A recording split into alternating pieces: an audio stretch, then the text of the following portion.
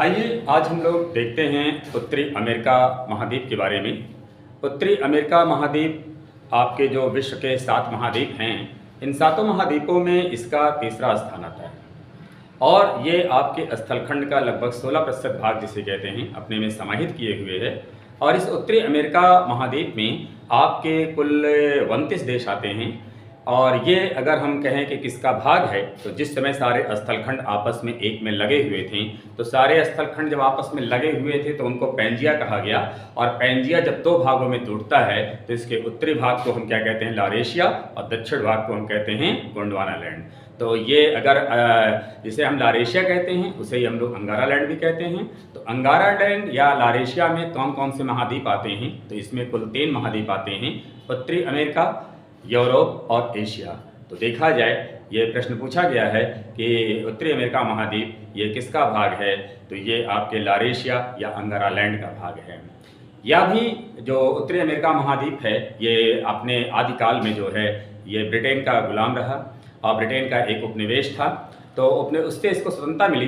तो यहाँ पर जब औपनिवेशिक काल जब चल रहा था, तो उस समय जिसे कहते हैं कि इंग्लैंड और फ्रांसीसी और यहाँ पे स्पेन के लोगों ने जाकर जो है वहाँ पर जो है शासन किया। तो यहाँ पे अगर देखा जाए तो अंग्रेजों ने सबसे पहले इसके पूर्वी तटीय भाग पर जो है न्यू इंग्लैंड क्षेत्र, पूर्वी तटीय क्षेत्र के न्यू इंग्लैंड क्षेत्र में सबसे पहले उन लोगों ने वहाँ पर कब्जा किया। बाद में जब फ्रांसीसी जाते हैं तो ये सेंट लॉरेंस नदी की घाटी के आसपास के क्षेत्रों में ये बस जाते हैं, जाकर वहाँ पे जो है कब्जा करते हैं। जो आपका यूएसए और कनाडा का बॉर्डर का क्षेत्र है, अगर नक्शा हो तो आप उसे खोल के सामने रख लीजिए, क्योंकि हर चीज़ जो है दिखाना संभव नहीं है, कुछ छोटी छोटी बातें होती हैं। नक्शा यदि आपके सामने रहेगा तो समझाने और बताने में, हमें बताने में आसानी और आपको समझने में भी जो है आसानी रहेगी। ठीक है, तो जो फ्रांसीसी हैं वो सेंट लॉरेंस की घाटी में चले गए। जो अंग्रेज थे ये पूरब तटीय क्षेत्र में, जो आपका न्यू इंग्लैंड क्षेत्र कहते हैं, वहाँ पर ये जाकर बस गए। और जो स्पेन के लोग थे, ये लोग इस महाद्वीप के दक्षिणी भाग में जाकर सबसे पहले बस गए। तो इस प्रकार से ये 3 लोग वहाँ पर पहुँचे। लेकिन बाद में ये जो अमेरिका था, जिसको आज़ादी मिली, वो इसे ब्रिटेन से ही मिलती है। जो अमेरिका आपका है, क्योंकि इसमें कुल कहने को तो 29 देश हैं उत्तरी अमेरिका महाद्वीप में, लेकिन 3 देश ही इसमें मुख्य रूप से हैं, जैसे हम कनाडा, यूएसए और मैक्सिको। ये 3 का इसे कहते हैं कि बड़े देश आते हैं, बाकी सब इसमें छोटे छोटे देश हैं। लेकिन उन छोटे देशों से भी आपके एग्जाम में कहीं ना कहीं प्रश्न पूछता है। तो आइए सीधे हम लोग जहाँ से प्रश्न पूछता है उसे ही फोकस करते हैं। तो अमेरिका और कनाडा के बीच में आपकी 49 डिग्री की अक्षांश रेखा जो रहती है, ये इसको अलग करती है। तो पहला प्रश्न तो यही बन सकता है कि कनाडा और यूएसए के बीच में कौन सी अक्षांश रेखा गुजरती है, तो 49 डिग्री की अक्षांश रेखा गुजरती है। इस उत्तरी अमेरिका महाद्वीप के एकदम बीचों बीच से जो है आपकी 100 डिग्री की जो देशांतर रेखा है, पश्चिमी देशांतर रेखा, ये इसको 2 बराबर भागों में बांटता है। तो ये भी क्वेश्चन पूछा गया है कि उत्तरी अमेरिका महाद्वीप के बीचों बीच से कौन सी देशांतर रेखा गुजरती है। जब हम अमेरिका की बात करते हैं तो यूएसए की बात अगर हम करते हैं तो यूएसए में कुल 50 राज्य हैं। 48 राज्य इसकी मुख्य भूमि से लगे हुए हैं। 48 जो आप ये नक्शा देख रहे हैं, ये जो इसका पीला वाला पोर्शन है, यदि नक्शा आपने खोला है तो यूएसए का नक्शा आप खोलिए और जरा उसमें देखिए जो उसकी मुख्य भूमि है, जैसे ये पीला वाला पोर्शन यहाँ पे दिख रहा है इस नक्शे में, आप अपने नक्शे में देखिए यूएसए में 48 राज्य जो है इसकी मुख्य भूमि से लगे हुए हैं। 49वां राज्य इसका जो है ये अलास्का जो है आपके यूएसए से जरूर अलग है, लेकिन अलास्का आप अपने नक्शे में देखिए तो अलास्का जो है ये अमेरिका का ही भाग है। ठीक है, ये इसकी मुख्य भूमि से अलग है, ये 49वां। और 50वां राज्य जो है हवाई द्वीप समूह है। तो इस तरह कुल मिला के 50 राज्यों का ये एक समूह है। और इसीलिए अमेरिका के झंडे में भी आपके 50 राज्य हैं, 50 तारे हैं। तो जो 50 तारे हैं वो कहीं ना कहीं अमेरिका के 50 राज्य को ही वो इंडिकेट करते हैं। और अगर उसके झंडे को आप देखें तो उसमें 13 धारियां भी बनी हुई हैं। ये 13 धारियां आपकी बनी हुई हैं, ये अमेरिका में उस काल में हुआ क्या कि 13 पूर्वी राज्यों ने जॉर्ज वॉशिंगटन के नेतृत्व में ब्रिटिश शासन के खिलाफ स्वतंत्रता की घोषणा की थी। तो ये जो 13 शुरुआती राज्य थे, इनके 13 पूर्वी राज्य, उन 13 राज्यों को ये इंडिकेट करता है। तो इसीलिए अमेरिका के झंडे में आपकी 13 धारियां बनी हुई हैं और उस पर 50 आपके जो है तारे बने हुए हैं। उसके पीछे यही कारण है। जब हम इसकी भौतिक संरचना पे आते हैं, थोड़ा सा एक चीज़ और देख लेते हैं।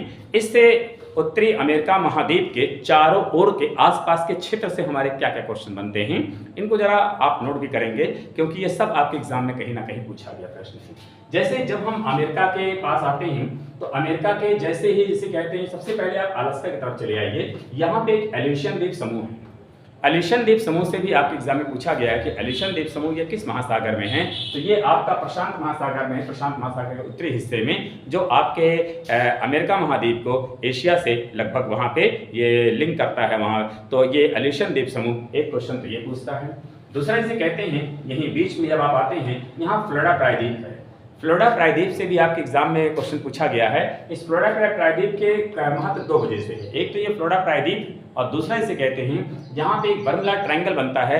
जब बर्मुडा ट्रायंगल में आप आते हैं तो वहाँ पूछता है बर्मुडा ट्रायंगल के कौन से 3 कॉर्नर हैं, तो एक तो फ्लोरिडा हो गया, दूसरा इसे कहते हैं बहामा हो गया, और तीसरा आपका पोर्टो रिको हो गया। तो इन तीनों को आप नक्शे में देखिएगा, इसका ट्रायंगल देखिएगा। यहाँ पे एक जिसे कहते हैं कि बहुत ही आकर्षण का एक क्षेत्र रहा। कोई भी अगर ऊपर से जहाज जाता था, हवाई जहाज वगैरह, या पानी के जलयान जाते थे, तो यहाँ पे वो कहीं ना कहीं किंचित कारणों से वो आपके जो है या तो कहीं से गायब जाते थे, टूट जाते थे, या डूब जाते थे। मतलब कहीं ना कहीं कोई ना कोई दुर्घटना घटित हो जाती थी। तो पहले बहुत लंबे समय तक तो ये रहस्य के रूप में रहा कि आखिर क्या कारण है, कोई दैवीय शक्ति है या कोई सागर के अंदर ऐसी शक्ति है। लेकिन अब तो सब सिद्ध हो गया है कि यहाँ पे हेक्सागोनल क्लाउड के बारे में आप लोगों ने पढ़ा ही होगा। जो लोग तैयारी कर रहे हैं अच्छे से जान रहे, जो नए लोग हैं वो लोग भी जान जाए कि हेक्सागोनल एक बादल का आकार होता था। इनकी गति 170 मील प्रति घंटे की रफ्तार से होती थी। तो यहाँ पे क्या है कि उस एरिया में ये एक ऐसा क्षेत्र है जहाँ पे समुद्र में बीच बीच में पहाड़ियाँ निकली हुई हैं। तो जब हवाएं चलती हैं तो वहाँ बाउंडर बनता है। बाउंडर बनता है तो सागर की जो लहरें होती हैं, वो सागर की लहरों में सुनामी से जैसी लहरें वहाँ पे उठती हैं। तो जो जहाज होते हैं वो उसमें या तो डिस्टर्ब होते हैं। जब वायु बहुत इतनी तेज गति से हवा चलती है ऊपर 170 मील प्रति घंटे की रफ्तार से, तो उसके भी बीच में जो जहाज आते हैं वो चपेट में। तो ये सब आप लोगों ने पढ़ा होगा, तो इस पर चर्चा करने की आवश्यकता नहीं है कि हाँ, लेकिन तो सिद्ध हो गया कि वहाँ कोई ऐसा दैवीय प्रकोप नहीं, वहाँ कुछ ऐसी वायुमंडलीय घटनाएं घटती हैं जिनकी वजह से ये सब कारण घटित होते थे। तो फिलहाल बर्मुडा ट्रायंगल में कौन कौन से 3 क्षेत्र आते हैं? आपका फ्लोरिडा है, आपका बहामा है, और पोर्टो रिको। ये तीनों आप नक्शे में जाकर देखेंगे तो तीनों का एक क्वेश्चन यहाँ से बनता है। जस्ट आप इसके नीचे आते हैं तो यहाँ पे पश्चिमी द्वीप समूह से भी क्वेश्चन बनता है। इसमें क्यूबा है, जमैका है, हैटी है, पोर्टो रिको है, डोमिनिका है, ये सारे। तो ये जो 14 द्वीपों का एक समूह है जिसे आप वेस्ट इंडीज कहते हो, तो वेस्ट इंडीज जिसकी क्रिकेट टीम खेलने के लिए आती है।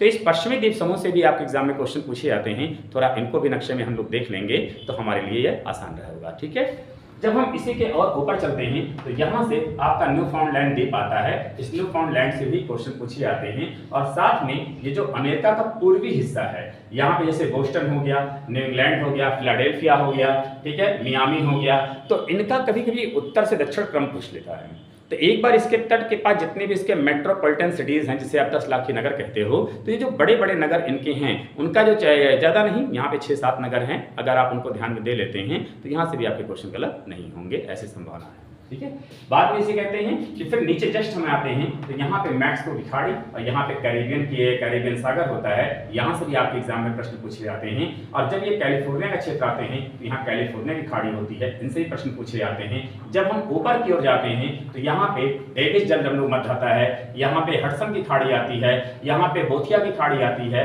तो ये जो बीच बीच में कुछ आपके द्वीप है, जैसे बैफिन द्वीप हो गया, तो इन सब जगहों से क्वेश्चन आपके पूछे गए हैं। जैसे आपका डेविस जल संधि हो गया, हडसन की खाड़ी हो गई, बोथिया की खाड़ी हो गई, यहाँ पे ब्यूफोर्ड सागर हो गया। ये जो अलास्का के जब हम पश्चिम में आते हैं तो यहाँ पर एक चुक्ची सागर होता है। ये बहुत पूछा गया प्रश्न है कि चुक्ची सागर कहाँ है। तो जहाँ पे ये एशिया और अलास्का का क्षेत्र जहाँ पे मिलते हैं, आप इसके जस्ट ऊपर जाएंगे, नक्शे में आप देखिएगा, प्राकृतिक में तो नहीं तो आप राजनीति में देखिएगा, वो आपको दिखेगा। तो वहाँ पे एक चुक्ची सागर है, इसके बारे में भी आपके एग्जाम में प्रश्न पूछे गए हैं। तो ये अमेरिका का एक मोटा मोटा चारों ओर से जो क्वेश्चन बन रहे हैं, इनको भी थोड़ा हम लोग ध्यान देंगे। आपके ग्रीनलैंड से भी क्वेश्चन पूछा जाता है। हालांकि ग्रीनलैंड तो अमेरिका का भाग नहीं है, लेकिन ये तो आपके डेनमार्क का क्षेत्र है। लेकिन क्वेश्चन क्योंकि बगल में ही है तो उसको भी देखिएगा, उसकी राजधानी से क्वेश्चन पूछा जाता है। और जब इसके बगल में आते हैं आइसलैंड, तो आइसलैंड की भी राजधानी से क्वेश्चन पूछा जाता है। तो इन प्रश्नों को आप थोड़ा सा ध्यान में रखेंगे। अब हम लोग आते हैं कि उत्तरी अमेरिका महाद्वीप के जो इसकी स्थलाकृतियाँ हैं, थोड़ा हम लोग उसको देख लेते हैं।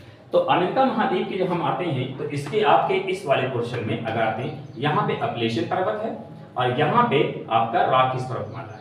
तो यहाँ पे अपलेशियन है, यहाँ पे रॉकीज पर्वतमाला है और बीच में अमेरिका का मध्यवर्ती मैदान और झील क्षेत्र है। तो इन्हीं पर हमें फोकस करना है।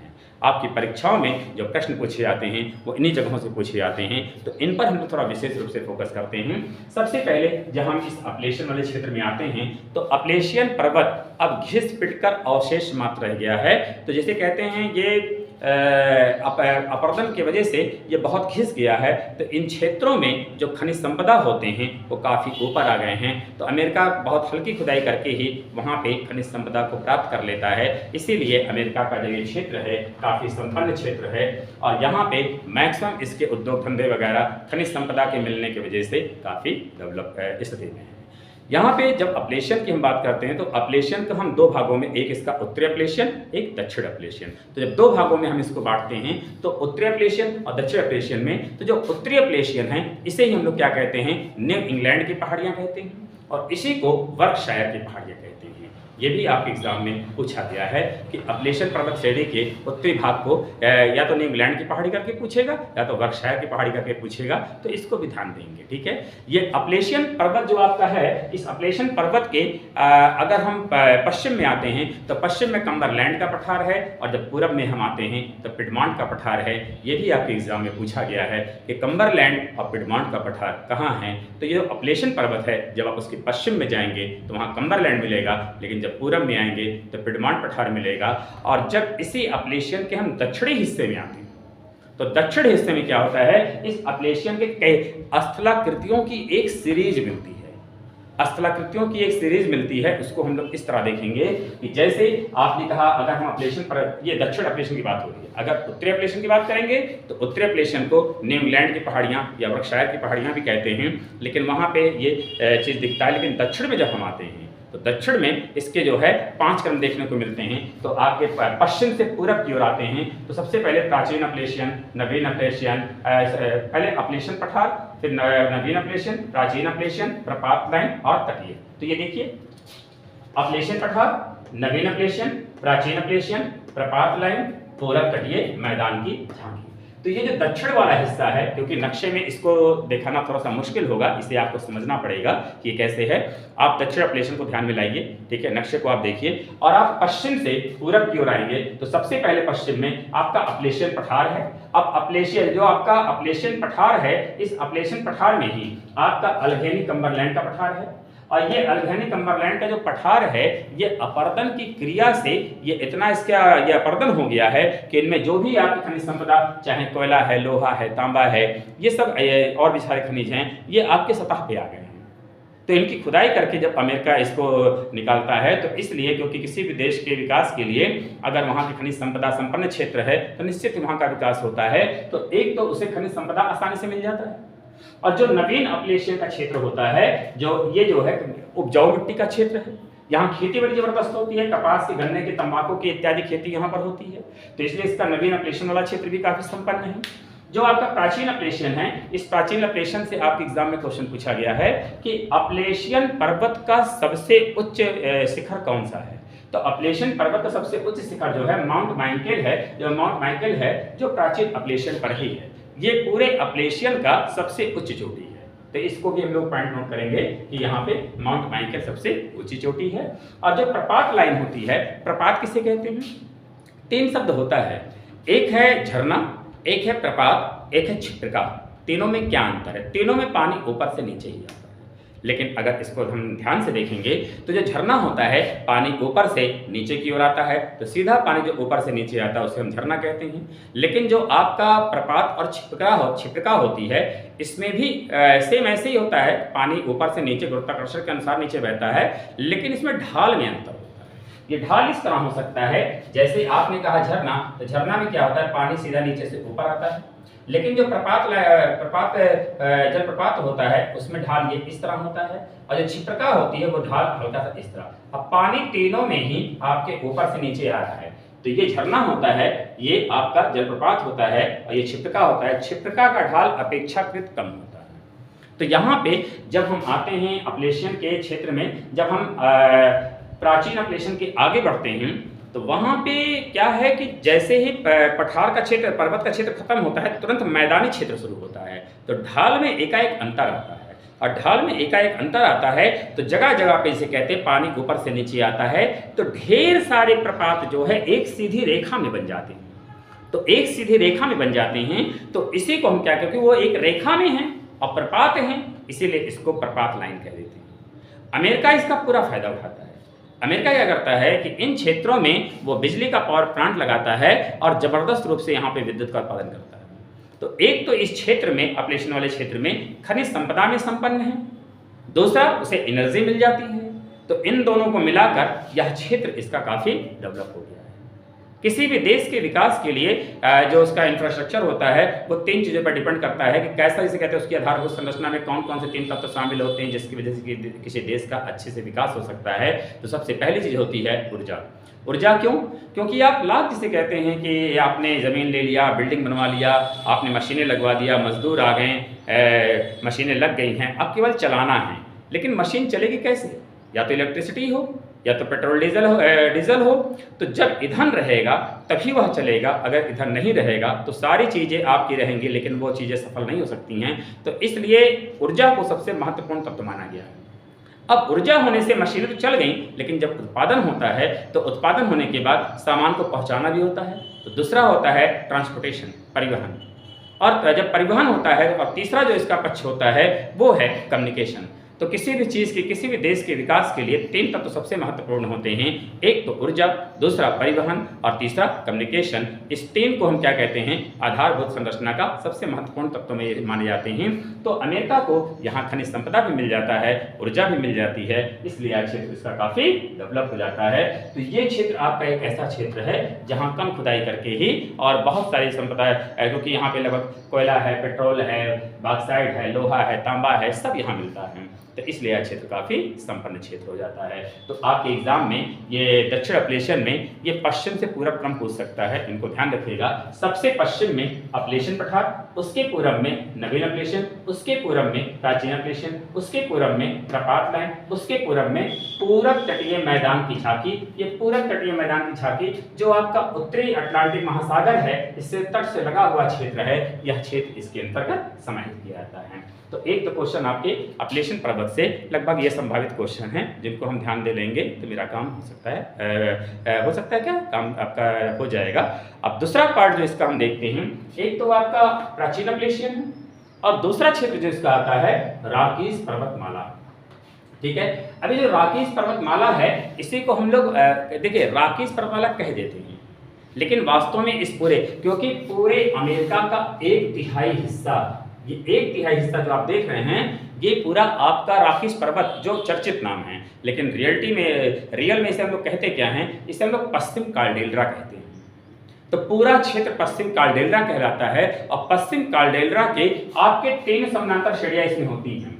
तो जो 3 समानांतर श्रेणियां होती हैं, जरा से ये ध्यान दीजिएगा, देखिए यहाँ पर ये बनाया है। तो यहाँ पे जो जैसे ये पर्वत आपका है, ये आपका राकीज पर्वतमाला जिसे आप कहते हो, एक्चुअल में ये पश्चिम कालडेलरा क्षेत्र है और पश्चिम कालडेलरा में इसका एक क्षेत्र जो है आपका ये पड़ता है, एक क्षेत्र आपका ये पड़ता है, एक क्षेत्र आपका ये पड़ता है। तो ये 3 लाइन आपको यहाँ दिख रही है, वही 3 लाइन यहाँ पर बनाई गई है। तो जो सबसे पूरब में है इसका हिस्सा उसे हम राकीज पर्वत श्रेणी कहते हैं, जो इसके मध्य में है उसे हम अंता पर्वतीय पठार कहते हैं। अंता पर्वतीय पठार उसे कहते हैं ऐसा कोई पठार जो चारों ओर से पर्वतों से घिरा होता है, उसे अंता पर्वतीय पठार कहते हैं। और पठार के बाद जो सबसे पश्चिम में होता है उसे प्रशांत तट की पर्वत श्रेणी कहते हैं। प्रशांत तट की पर्वत श्रेणी जो हिस्सा एकदम प्रशांत के तट से लगा हुआ है, तो प्रशांत तट से जो लगा हुआ क्षेत्र होता है इसे हम क्या कहते हैं? प्रशांत तट की पर्वत श्रेणी कहते हैं। और जो ये बीच वाला हिस्सा होता है इसे हम अंता पर्वतीय पठार कहते हैं। और जो सबसे पूर्वी हिस्सा होता है इसे राकीज पर्वतमाला कहते हैं। तो यहाँ पे आपका अपलेशियन क्षेत्र था और ये पूरा हिस्सा आपका पश्चिम कालडेलरा है। ये जो बीच वाला हिस्सा है इसे ही हम लोग मध्यवर्ती मैदान कहते हैं। तो मध्यवर्ती मैदान, झील क्षेत्र और कृषि ये हम लोग अगले वीडियो में देखेंगे। अभी हम लोग इस वीडियो में हम लोग अपलेशियन पर्वत और राकीज पर्वतमाला का एक बृहद अध्ययन करेंगे। तो इसमें अब आपके जो ये तीनों श्रेणियां पाई जाती हैं, इन तीनों श्रेणियों से भी आपके एग्जाम में प्रश्न पूछे जाते हैं। सबसे पहले हम लोग प्रशांत तट की पर्वत श्रेणी को लेते हैं, जो आपके इस प्रशांत तट से लगा हुआ है। तो प्रशांत तट की जो पर्वत श्रेणी है इसके भी दो भाग हैं, थोड़ा ये मोटाई में फैला हुआ है। तो इसका एक पश्चिमी भाग है, एक पूर्वी भाग है। तो जो इसका इसे कहते हैं पश्चिम पर्वत श्रेणी होती है, इसे केवल तटीय श्रेणी कहते हैं, जो तट से इसके कोस्टल एरियाज से लगा हुआ क्षेत्र है। जो आपका ये प्रशांत तट की पर्वत श्रेणी है, ये प्रशांत तट की पर्वत श्रेणी के इसके दो भाग किए गए हैं, एक पश्चिमी हिस्सा, एक पूर्वी हिस्सा। तो जो पश्चिमी हिस्सा है उसे हम तटीय श्रेणी कहते हैं, और जो पूर्वी हिस्सा होता है उत्तर से दक्षिण के बीच में, यहाँ पे आपकी कई पर्वत श्रेणियां पाई जाती हैं। तो ये जो बीच में यहाँ कई पर्वत श्रेणियां पाई जाती हैं, ये बीच बीच में टूटी हुई भी हैं, ये इस तरह ऐसे ऐसे ऐसे ऐसे और ऐसे। तो ये जो टूटी हुई श्रेणियां हैं, इनका नामकरण एग्जाम में ये पूछता है कि उत्तर से दक्षिण का क्रम क्या है। जरा हम लोग देखेंगे। सबसे पहले अलास्का की श्रेणी, सेल्कर्क की श्रेणी, कास्केड श्रेणी, सिएरा नेवादा, पश्चिम सिएरा मांड्रे। अब एक एक की आइए हम लोग चर्चा कर लेते हैं कि कहां से क्या क्वेश्चन हमारे संभावित हैं जो हमारे एग्जाम में आ सकते हैं। तो सबसे पहले हम लोग लेते हैं अलास्का की श्रेणी को। अलास्का की श्रेणी जो है, या अलास्का सबसे ऊपर वाला क्षेत्र है, यहाँ पे एक योकन नदी बहती है। तो पहला क्वेश्चन तो यही पूछता है कि योकन नदी कहाँ बहती है? अलास्का में। यहीं पर योकन पठार भी है, इसको भी ध्यान देंगे कि वहीं पर आपका योकन पठार भी है। तीसरा प्रश्न ये बनता है कि ये जो योकन नदी है, ये आपके किस सागर में गिरती है? तो किस सागर में गिरती है, अगर नक्शे में हम लोग देखें तो ये बेरिंग सागर में आता है। अब क्योंकि नक्शा आप लोग मैप खोलिएगा, उसमें देखिएगा बेरिंग सागर रहेगा, वहां पे जो है ये बेरिंग सागर में आकर गिरता है। और साथ में इसे कहते हैं कि ये अलास्का का जो है इसी के जस्ट नीचे एल्यूशन द्वीप समूह है। तो इससे कुल मिला के 2-3 प्रश्न बनता है। और यहाँ पे पूरे रॉकीज पर्वत का सबसे ऊंची चोटी जो माउंट मैकिनले है, वो भी आपकी अलास्का श्रेणी में ही मिलती है। तो अगर अलास्का से हम देखें तो एक तो अलास्का अमेरिका का राज्य है, और अमेरिका के यहाँ पे योकन पठार है, योकन नदी है, नदी आपके बेरिंग जल संधि में गिरती है, जस्ट नीचे उसके एल्यूशन द्वीप समूह हैं, और यहीं पर पूरे रॉकीज पर्वत की जो सबसे ऊंची चोटी होती है माउंट मैकिनले, ये एक सक्रिय ज्वालामुखी क्षेत्र भी है, ये वहीं पाया जाता है। तो इतने क्वेश्चन आपके अलास्का पर्वत श्रेणी से बन सकते हैं। बाद में ये सेल्कर्क और कास्केड श्रेणी, जब अलास्का के हम नीचे आते हैं तो यहीं पे सेल्कर्क है, और उसके नीचे आपका कास्केड है, उसके जस्ट नीचे सिएरा नेवादा है, और उसके जस्ट नीचे आपका सिएरा मांड्रे है। तो अगर विषय का क्वेश्चन रहता है तब तो यहाँ पे काफी गहराई से क्वेश्चन पूछे जाते हैं, लेकिन अब विषय क्योंकि खत्म है तो बहुत गहराई से क्वेश्चन यहाँ नहीं पूछे जाते हैं। यदि आप इनका क्रम उत्तर से दक्षिण याद कर लेते हैं तो आपका काम चल जाएगा। तो एक इसे भी आप देख लेंगे।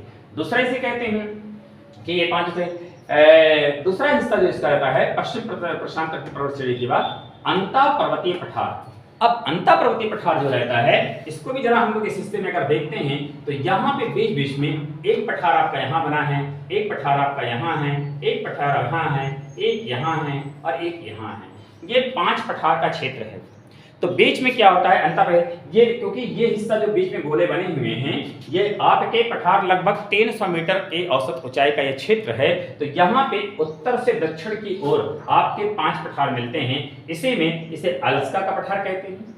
इससे पहले भी आपने अलास्का पर्वत श्रेणी देखा था, लेकिन अब हम लोग यहाँ पे अलास्का का पठार देखेंगे। यहाँ पे अलास्का का पठार है, अलास्का के पठार के बाद कोलंबिया का पठार है, कोलंबिया के पठार के बाद आपका ग्रेट बेसिन आता है, ग्रेट बेसिन के बाद कोलोराडो आता है, कोलोराडो के बाद मैक्सिको का पठार आता है। आप नक्शा खोल लीजिए और जरा उस नक्शे में आप देखें तो सबसे पहले जो अलास्का का पठार है ये सबसे ऊपर अलास्का वाले क्षेत्र में है, और जहाँ पे कोलंबिया का पठार है, जहाँ कनाडा और अमेरिका की सीमा लग रही है, वहां पे आप जाएंगे तो देखेंगे अच्छा ये कोलंबिया और कोलोराडो ये 2 ऐसे नाम हैं जो राज्य भी हैं, पठार भी है और नदी भी है। इस पर हम विशेष रूप से हम लोग ध्यान देंगे, क्योंकि जो कोलंबिया का पठार है, इस कोलंबिया के पठार से 4-5 क्वेश्चन थोड़ा अलग टाइप के बनते हैं, थोड़ा उनको देखेंगे हम लोग। ये जो कोलंबिया का पठार है, ये कोलंबिया जो है, अगर ये कोलंबिया का कुछ हिस्सा क्योंकि ब्रिटेन में है, कुछ हिस्सा आपके कनाडा में है और कुछ हिस्सा इसका यूएसए में है, तो जो हिस्सा इसका कनाडा में है उसे हम लोग क्या कहते हैं, ब्रिटिश कोलंबिया। तो आपके एग्जाम में एक प्रश्न पूछता है कि पर्वतों का सागर किसे कहते हैं, तो पर्वतों का सागर ये ब्रिटिश कोलंबिया को कहते हैं, और ये एक क्षेत्र है जो आपके कनाडा में है। दूसरा इसे कहते हैं, यही पठार जब आपके यूएसए में रहता है तो यूएसए में इसे हम कोलंबिया स्नैक्स पठार कहते हैं। तो कोलंबिया स्नैक पठार जो है ये इसका यूएसए में नाम पड़ता है। तो आपका जो कोलंबिया का पठार क्षेत्र है, ये कोलंबिया, वहाँ पे एक नदी है, कोलंबिया का एक प्रांत भी है जो कनाडा में भी है, यूएसए में भी है, और कोलंबिया का नदी, और ये तो नदी भी है, पठार भी है और राज्य भी है, तीनों है ये। बाद में इसे कहते हैं, इसी कोलंबिया के पठार के नीचे यहाँ पे जब कोलंबिया नदी की बात करेंगे तो कोलंबिया नदी पे यहाँ पे 2 बांध बने हैं, जिसमें आपके ग्रैंड कुली और बॉनविले बांध बने हैं। ये भी आपके एग्जाम में कई बार पूछा गया प्रश्न है कि ग्रैंड कुली और बॉनविले ये किस नदी पर बने हुए हैं, तो ये आपकी कोलंबिया नदी पर ही बने हैं। और ये जो पूरा क्षेत्र है यहाँ पे ये सक्रिय ज्वालामुखी का क्षेत्र है, यहाँ कई सारे सक्रिय ज्वालामुखी थे, तो इनके बीच में एक आपका पार्क भी मिलता है जहाँ पे हम कहते हैं येलोस्टोन नेशनल पार्क, ये भी पूछा गया प्रश्न है। तो येलोस्टोन नेशनल पार्क में यहीं पर ओल्ड फेथफुल गेसर है। तो गेसर किसे कहते हैं, जब पानी कोई ज्वालामुखी का क्षेत्र होता है, जब ज्वालामुखी समाप्त हो जाती है तो वहाँ से क्या होता है, केवल गर्म पानी और धुएं के भाप के झरने टाइप के निकलते हैं, मतलब फव्वारा टाइप का निकलता है, तो उसे हम लोग गेसर कह देते हैं। तो ये गेसर कहीं कहीं क्या होता है कि गेसर जो है एक प्रकार से ज्वालामुखी के अंतिम रूप कहे जाते हैं। तो यहाँ पे वो अब सुरक्षित क्षेत्र है, तो इसलिए उसको पार्क घोषित किया गया है, उसको सर्वे किया गया, वैज्ञानिकों ने बताया कि अब सुरक्षित क्षेत्र है। तो वहाँ पे ये येलोस्टोन नेशनल पार्क है और वहीं पर ओल्ड फेथफुल गेसर है, तो इससे भी आपके एग्जाम में क्वेश्चन पूछे गए हैं। बाद में जब हम तीसरे कंडीशन पे आते हैं तो सबसे पहले तो आपका अलास्का हो गया, नंबर 2 पे आपका कोलंबिया का पठार हो गया, नंबर 3 पे जब हम लोग आते हैं तो यहाँ पर जो है आता है ग्रेट बेसिन क्षेत्र। ग्रेट बेसिन क्या है, ये एक अंतः प्रवाह क्षेत्र है, इनलैंड ड्रेनेज एरिया। तो इनलैंड ड्रेनेज एरिया जो ये क्षेत्र है, इसमें क्या है कि जो नदियां आती हैं, पर्वतों की ऊंचाई है और नदियां पूरा मरुस्थलीय क्षेत्र है, तो नदियां अंदर ही रहती हैं, वो सागर में जाके नहीं मिलती हैं। तो इस पूरे क्षेत्र में क्या होता है कि ये जो ग्रेट बेसिन का क्षेत्र है, ये पूरा मरुस्थल क्षेत्र है, तो यहीं पे आपकी तट वैली भी है, जिसका दक्षिण पश्चिमी एरिया है, वहां पे आप जाएंगे तो वहां एक क्षेत्र है जहां पे वो समुद्र तल से भी नीचा है। तो समुद्र तल से भी नीचा है, वहां पे उसे तट वैली कहते हैं। पूरे दुनिया का सबसे ज्यादा तापमान अगर कहीं पर अंकित किया गया है तो आपके इसी ग्रेट बेसिन क्षेत्र में ही किया गया है। तो ये भी प्रश्न पूछा गया है कि पूरे दुनिया का सबसे ज्यादा तापमान कहाँ अंकित किया गया, ग्रेट बेसिन क्षेत्र में ही किया गया है। आगे जब हम चलते हैं तो जो चौथा क्षेत्र आता है पठार आपका, वो आता है कोलोराडो क्षेत्र। तो कोलोराडो भी ये एक आपका नदी भी है, एक पठार भी है और एक प्रांत भी है। तो कोलोराडो जो आपकी है, ये कोलोराडो अगर हम इसको नदी की बात करते हैं तो कोलोराडो नदी पर जो है इस पे पूछता है कि सब क्या नाम है, कौन सी नदी ग्रैंड कैनियन बनाती है। तो जब ग्रैंड कैनियन बनाती है तो आपका यही कोलोराडो नदी है, इसका कैनियन सबसे गहरा है। कैनियन किसे कहते हैं, जब नदियां बहती हैं, तो नदियां जब बहती हैं तो अगर उसको हम, ये नदियां आपकी, ये कोई नदी है, ये नदी अगर बह रही है, अगर बीच से हम काटें तो उसका यू आकार बनता है। तो यू आकार, तो नदियों में जो अपर्दन होता है वो 2 तरह से होता है, एक तो पार्श्ववर्तीय अपर्दन जिसके द्वारा नदियों की चौड़ाई बढ़ती है, और एक लंबवत वर्टिकल इरोजन, लंबवत अपर्दन होता है जो नदियों को काट करके गहरा करती है। तो जब नदियों को काट काट के वो ऐसा गहरा करे कि अंग्रेजी के वी अक्षर के समान उसका शेप हो जाए, और वी अक्षर के समान, तो जहां पे वी अक्षर की दोनों रेखाएं मिलती हैं उसको खींच के काफी लंबा कर दीजिए, तो पतला सा वी आकार काफी लंबा, उसे क्या कहते हैं, कैनियन कहते हैं। तो अगर दुनिया की सबसे गहरी कैनियन कहीं मिलती है तो वो आपकी कोलोराडो नदी पर ही मिलती है। तो ये आपका चौथा प्रश्न बनता है। अच्छा, यहाँ पे 2 बांध भी बनाए गए हैं, बोल्डर और हूबर। ये भी आपके एग्जाम में कई बार पूछा गया कि बोल्डर और हूबर बांध कहाँ बनाए गए हैं, ये आपके कोलोराडो क्षेत्र में बनाए गए हैं। और इसके बाद जो आपका 5वां क्षेत्र आता है वो आपका मैक्सिको का पठार आता है। तो ये मैक्सिको का पठार से ही क्वेश्चन बनते हैं। यहाँ के पश्चिम में 2-3 मरुस्थल हैं, आपके एग्जाम में इससे भी क्वेश्चन पूछे गए हैं। अक्सर पूछा जाता है कि आपका मोज़ेब मरुस्थल कहाँ है। तो मोज़ेब मरुस्थल आपने कैलिफोर्निया का नाम सुना होगा, जो कैलिफोर्निया का पूरा क्षेत्र होता है, इसे हम मोज़ेब मरुस्थल कहते हैं। एक आता है आपका मोज़ेब मरुस्थल के बाद सोरोरन मरुस्थल, तो ये आपके मैक्सिको में पड़ता है। तो सोरोरन मरुस्थल कहेगा ये आपके मैक्सिको में है, लेकिन जब यही मोज़ेब मरुस्थल कहेगा तो ये कैलिफोर्निया में है। तो इस मोज़ेब मरुस्थल के यहाँ पे, क्योंकि कैलिफोर्निया के यहाँ ठंडी धारा बहती है, और जब ठंडी धारा उसके पास से बहती है तो ठंडी धारा उस क्षेत्र को शुष्क कर देती है, इसीलिए वहाँ की जलवायु शुष्क हो गई है और वहाँ पे इस मरुस्थल का विकास हुआ है। तो एक क्वेश्चन ये कथन कारण में ऐसा करके पूछ सकता है कि मोज़ेब मरुस्थल के जन्म का कारण, या बनाएगा क्वेश्चन कि मोज़ेब मरुस्थल आपके कैलिफोर्निया के क्षेत्र में मिलता है और यहाँ पे क्योंकि इसके तट से ठंडी धाराएं बहती है जो इसके सहायक होती हैं। तो कथन कारण दोनों सही हैं, तो इस प्रकार से ऐसा क्वेश्चन वो बना सकते हैं। ठीक है, यहाँ पे आगे चलते हैं। एक एरिज़ोना का मरुस्थल होता है जब आप दक्षिण कैलिफोर्निया में आएंगे। तो दक्षिण कैलिफोर्निया में एक उटाह प्रांत आता है, यूएसए में आप नक्शे में देखिएगा उटाह प्रांत, तो वहां पे इसे कहते हैं एरिजोना मरुस्थल रहता है। तो 3 मरुस्थल पर विशेष ध्यान दीजिएगा, एक एरिजोना मरुस्थल, एक मोजेम मरुस्थल, एक सोर्रन मरुस्थल, ये भी आपके एग्जाम में क्वेश्चन पूछे गए हैं। तो इस प्रकार से अगर हम देखते हैं तो ये आपके जो है पश्चिम कार्डेल्ला का क्षेत्र, तो पश्चिम कार्डेल्ला इस पूरे क्षेत्र को कहते हैं और राकीस पर्वतमाला उसकी एक श्रेणी है।